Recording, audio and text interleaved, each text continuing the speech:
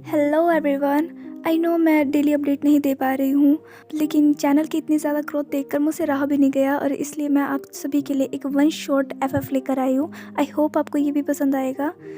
सुबह सुबह मुझे एक कमेंट आया, उसमें था कि please Kim Taeyeon and Y N, यानी तुम एक लव स्टोरी बनाइए प्लीज़ प्लीज़ प्लीज़। और इस कमेंट को पढ़ने के बाद मुझे एक कहानी सूझी, लेकिन मैंने इस कहानी के अंदर मिस्टर किम तायोन को नहीं, जियोन जंगकुक को लिया है। टॉप में जियोन जंगकुक रहेंगे और बॉटम में यू। मैंने जियोन जंगकुक को इसलिए लिया है क्योंकि वो बीटीएस के सबसे छोटे मेंबर है और ये कहावत तो आपने सुनी होगी, छोटा सबसे खोटा। तो मुझे इस कहानी के लिए ये बहुत ही ज़्यादा सुटेबल लगा। आई होप आपको पसंद आएगा। कहानी का थोड़ा सा इंट्रोडक्शन देते हुए कहानी को शुरू करते हैं। कहानी का नाम है मर्शलेस बट लव। तुम इंडिया में राजस्थान स्टेट के पाली शहर के सीमा से लगने वाले एक छोटे से कस्बे से एक बहुत ही मिडिल क्लास फैमिली से बिलोंग करती हो। तुम उस खानदान से हो जहाँ लड़कों को बहुत कुछ लेकिन लड़कियों को कुछ भी नहीं माना जाता है। तुम्हारी ज़िंदगी की बात करें तो तुम्हारी लाइफ एकदम खस्ता चल रही होती हो। कहने को तुम सिर्फ एक ज़बरदस्ती की ज़िंदगी जी रही होती हो, वजह फैमिली का बिल्कुल भी तुम्हारे सपनों के लिए सपोर्ट न मिलना, इस कारण तुम दुखी हो। इतनी सैड लाइफ के बाद भी तुम्हारी ज़िंदगी के अंदर छोटा सा खुशी का ठिकाना होता है जिसका नाम होता है बीटीएस। जी हाँ, तुम बीटीएस की बहुत पक्की वाली फ़ैन होती हो। बीटीएस तुम्हारी ज़िंदगी के अंदर वो शख्सियत रखती है जिसे तुम देख कर रोते हुए भी मुस्कुरा उठो। बीटीएस से तुम्हारे हंसने का सबब है तो वही तुम्हारे रोने का कारण भी। श्रीलंका को देखकर तुम्हारे दिलो दिमाग में भी एक केपॉप आइडल बनने के जज्बात उठते हैं, लेकिन एक केपॉप आइडल बनने के लिए फैमिली से दूर जाना पड़ता है और सबसे बड़ी बात कि छोटे कपड़े पहनने पड़ते हैं जो तुम्हारे खानदान या तुम्हें बिल्कुल भी कबारा नहीं है। इसलिए तुम खुद में ही एक सेल्फ आर्टिस्ट बनने की ठानती हो। तुम एक अच्छी वॉइस की मालकिन के साथ साथ एक गुड रैपर भी होती हो। छोटी मोटी डांस की स्किल तुम्हारे हुनर को चार चांद लगा देते हैं। दिखे नैन नक्शो सावी रंग की खूबसूरती के साथ तुम वो राजकुमारी लगती हो जिसे हर कोई शहजादा पलट पलट कर देखे। कोई लड़का अगर तुम्हें गौर से एक बार देख भी ले तो वो बिन मांगे तुम्हारे कदमों में अपना दिल रख दे। कुछ ऐसी नज़ाकत रखती हो तुम अपने चेहरे पर। यहाँ से इंट्रोडक्शन खत्म होता है और कहानी की शुरुआत होती है। सुबह अलार्म की रिंग के साथ तुम्हारी आंखें खुलती है। तुम अपना फ़ोन उठाती हो और टाइम देखती हो। सुबह के 6 बज रहे हैं। बिस्तर से आंखों को रब करते हुए तुम खड़ी होती हो और सुबह मॉर्निंग रूटीन के बाद तुम स्कूल के लिए तैयार होती हो। तुम पलंग पे बैठी नाश्ता कर रही होती हो और तुम्हारे सामने तुम्हारे पापा चाय की चुस्की के साथ फ़ोन पे किसी से बातें कर रहे होते हैं। वो बात करते हुए ये कहते हैं, अरे हाँ हाँ क्यों कोनी, 12th का पच्छा तो एक की भी शादी करानी है थे, बस एक चोखो रिश्तो देखियो, पैसा की टेंशन ना लियो, एक ढंग को छोरो देख दियो मारा खातर। ये बात सुनकर तुम्हारे हलक में रोटी अटक जाती है और तुम खांसने लगती हो। तुम गुस्से में जल्दी जल्दी अपना खाना खाती हो और बैग उठाकर स्कूल की तरफ जाने लगती हो। रास्ते पे चलते हुए तुम एक कंकर की पैर मारती हो और सैड मन से कहती हो, पापा को तो मेरा ये सब करना पसंद ही नहीं है, सिर्फ शादी शादी शादी शादी। वो मेरे फीलिंग को समझते क्यों नहीं है। मैं भी उनके बेटे की तरह कुछ करना चाहती हूँ, मेरा भी नाम हो, मेरा भी बीटीएस जैसा नाम हो, लेकिन कोई मेरी फीलिंग को समझता क्यों नहीं है। हे ईश्वर, कुछ तो चमत्कार कर। बस तुम ये कहते हुए गॉड से प्रेयर करते हुए स्कूल की तरफ जाने लगती हो। अब टाइम स्किप होता है। तुम क्लास के सबसे लास्ट बेंच पे बैठी हुई होती हो। बीटीएस आर्मी होने के कारण तुम्हारा कोई भी दोस्त नहीं होता। क्लास में टीचर बैठे हुए हैं और वो अपना कुछ वर्क कर रहे होते हैं और सभी स्टूडेंट अपना अपना वर्क कर रहे होते हैं। तुम्हारे सामने एक बुक रखी होती है, लेकिन तुम अपने बैग से धीरे से अपना मोबाइल फ़ोन और ईयरफोन निकालती हो और कान में धीरे से ईयरफोन लगाती हो और चुपके से मोबाइल को चलाने लगती हो। तुम्हें एक नोटिफिकेशन आता है। उस नोटिफिकेशन को देखते ही तुम्हारे चेहरे पे एक बड़ी सी स्माइल आ जाती है और तुम क्लास में ओ माय गॉड इतना जोर से चिल्ला उठती हो। सडनली नॉइस को सुनकर टीचर अपनी चेयर से खड़े हो जाते हैं और तुम्हारी तरफ देखने लगते हैं। तुम भी अपनी सीट से खड़ी हो जाती हो और धीरे से अपने कान से ईयरफोन निकाल कर फ़ोन को छुपा लेती हो। टीचर तुमसे पूछते हैं, क्या हुआ, तुम ऐसे क्यों चिल्ला रही हो। तुम हड़बड़ाते हुए जवाब देती हो, मैम सॉरी मैम सॉरी, मुझे चूहा दिख गया था, चूहा। ये सुनकर बाकी सभी लड़कियां चिल्लाते हुए बेंच पर खड़ी हो जाती है और कहती, कहाँ है चूहा, कहाँ है, अरे कहाँ है।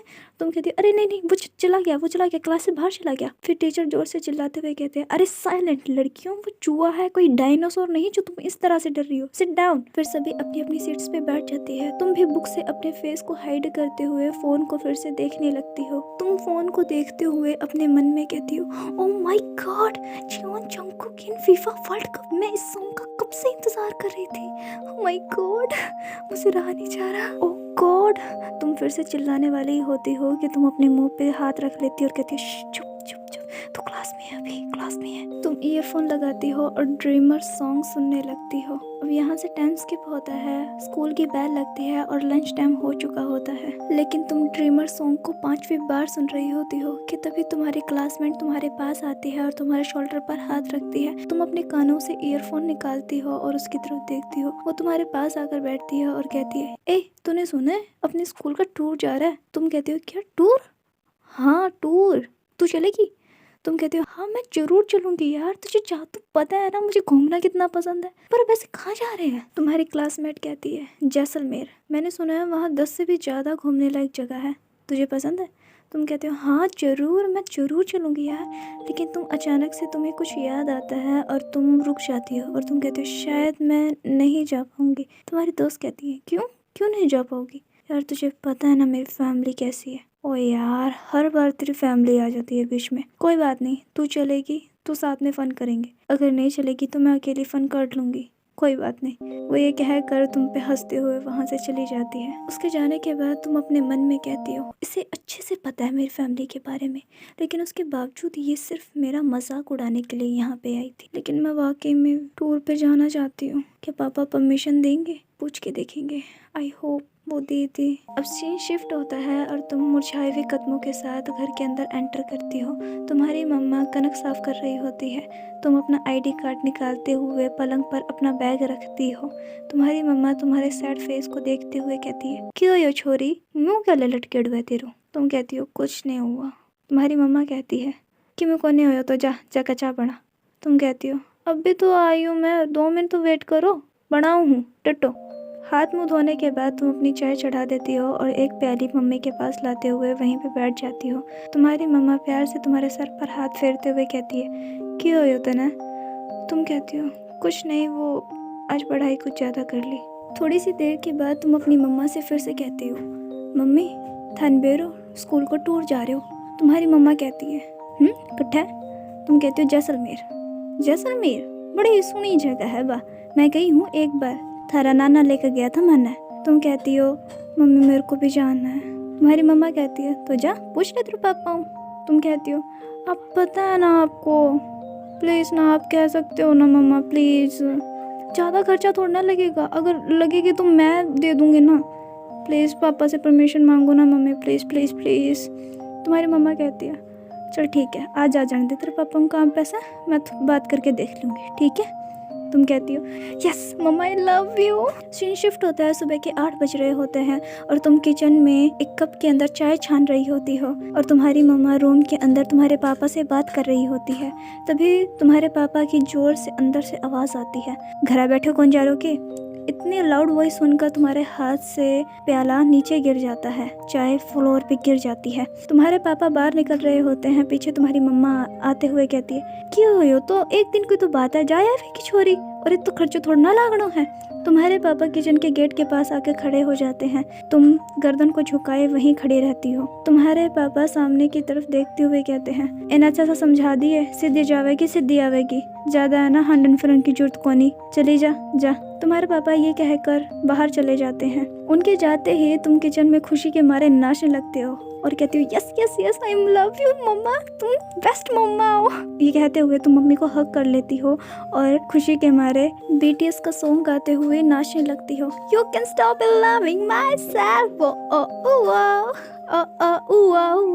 और चाय गिरने के कारण तुम्हारा पैर फिसलता है और जोर से तुम नीचे जाके गिरती हो। तुम्हारी मम्मी हंसते हुए कहती है, और नाच ले, ओ ओ ओ ओ। फिर तुम दोनों ही किचन में खड़े होकर हंसने लग जाते हो। फिर सीन शिफ्ट होता है और फाइनली वो दिन भी आता है जब तुम्हारा टूर पाली से जैसलमेर की तरफ रवानगी लेता है। बस से उतरते ही एक ठंडी हवा का झोंका तुम्हारा इस्तकबाल करता है। तुम बाहें फैलाकर हवाओं को महसूस करने लगती हो और फील करने लगती हो कि तुम एक आजाद परिंदा हो। जिसको किसी का डर नहीं, लेकिन तुम्हारी ये फेल बहुत बड़ी मिस्टेक में बदल जाने वाली थी जिसका तुम्हें अंदाजा भी नहीं। रात का टाइम है, इसलिए तुम्हारा स्कूल कैंप एक होटल के अंदर जाता है और सभी स्टूडेंट्स वहाँ फ्रेश होकर सो जाते हैं। अब अर्ली मॉर्निंग तुम अपने स्कूल कैंप के साथ जैसलमेर की वो सभी प्लेसेस देखते हो जो घूमने के लिए बनाई गई है। तुम जैसलमेर के जैन मंदिर से लेकर गड़ीसर झील तक घूमती हो एंड लास्ट तुम जैसलमेर के किले को विजिट करती हो और उसके अंदर अपने फ्रेंड्स के साथ कुछ अच्छी मेमोरी बनाती हो।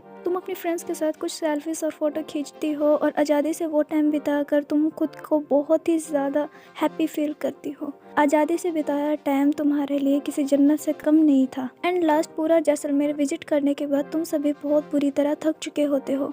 शाम के 6 बज रहे होते हैं और वापस जाने का समय भी हो चुका होता है, इसलिए स्कूल का मैक्सिमम स्टाफ बस को प्रिपेयर करने के लिए गए हुए होते हैं और तुम सभी थके होने के कारण एक पार्क में आकर बैठते हो। तुम और तुम्हारी क्लासमेट घास पर बैठे हुए होते हैं। तुम अपने फ़ोन में फ़ोटोज़ देख रही होती हो कि तभी तुम्हारी क्लासमेट में से एक लड़की उठती है और लेडी स्टाफ से कहती है, मैम मुझे वॉशरूम जाना है। मैम कहती है, अरे तुम्हें इस टाइम वॉशरूम जाना है? ओके गर्ल्स, तुम्हें किसी को भी वॉशरूम जाना है तो प्लीज़ हैंड राइज करो।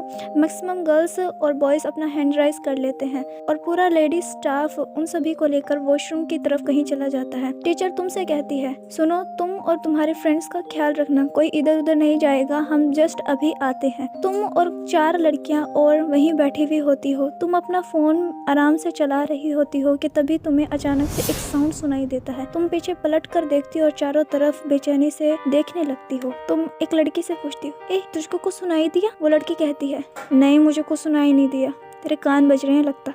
ये कहकर वो लड़की फिर से ग्रुप में अपनी बातें करने लगती है। तुम फिर से अपना फोन चलाने लगती हो, लेकिन इस बार तुम्हें एक बहुत ही दर्दनाक चीख तुम्हें सुनाई देती है। तुम बेतहाशा अपनी जगह से खड़ी हो जाती हो और जिस तरफ से चीख सुनाई देती है उस तरफ देखने लगती हो। तुम बिना कुछ सोचे समझे उस तरफ जाने लगती हो। तुम चलते हुए अपनी क्लासमेट से कहती हो, मैं अभी आती हूँ। तुम ये कहकर जिस रास्ते से चीख सुनाई दी थी उस तरफ जाने लगती हो। तुम थोड़ा सा आगे चलती हो कि तुम्हें फिर से आवाजें सुनाई देने लग जाती है और तुम बेतहाशा उस तरफ भागने लगती हो। तुम्हें खबर तक नहीं होती कि तुम किस ओर जा रही हो। तुम पार्क के बैक साइड बने एक खंडर की ओर जा रही होती हो जिस बारे में बहुत सारे रोमन फैले हुए होते हैं। तुम उस भीड़ी सी गलियों पर चलते हुए उस आवाज को फॉलो कर रही होती हो। जैसे जैसे तुम्हारे कदम आगे बढ़ रहे थे वैसे वैसे वो दर्दनाक चीखें भी लाउड होती जा रही थी। जैसे ही वो भीड़ा रास्ता खत्म होता है और एक खुला प्लेस आता है तो सामने का मंजर देखकर तुम अपनी जगह पे ही फ्रीज हो जाती हो। तुम देखती हो कि तुम्हारे सामने ऑल ब्लैक ड्रेस में एक लड़का पीठ करे खड़ा है और उसके सामने एक दूसरा आदमी घुटनों के बल खुन्नम खून हुआ बैठा है और अपने सामने खड़े उस लड़के से जान की भीख मांग रहा है और आइडो साइडे में बहुत सारे गार्ड्स हाथ बांधे ये सब तमाशा देख रहे हैं। खुन्नम खून हुआ वो इंसान अनोन लैंग्वेज में उससे बेक कर रहा होता है, लेकिन ऑल ब्लैक ड्रेस पहने वो लड़का उसकी एक नहीं सुनता और उसके मुंह पे एक जोरदार पंच जड़ देता है। वो पंच उस आदमी को इतना जोर से लगता है कि वो नीचे गिर जाता है। आधी अधूरी बंद आंखों से वो आदमी तुम्हारी तरफ देखता है जो अपने स्पॉट पे ही फ्रीज होती है। वो आदमी जैसे तैसे करके खड़ा होता है और उस लड़के को धक्का मारकर वो आदमी तुम्हारे पास भागा आता है और तुम्हारे पैरों में गिर जाता है और पैरों को पकड़ते हुए तुमसे बेग करने लगता है, प्लीज़ प्लीज़ मुझे बचा लो, प्लीज़ प्लीज़ मुझे बचा लो, इन लोगों से मुझे बचा लो।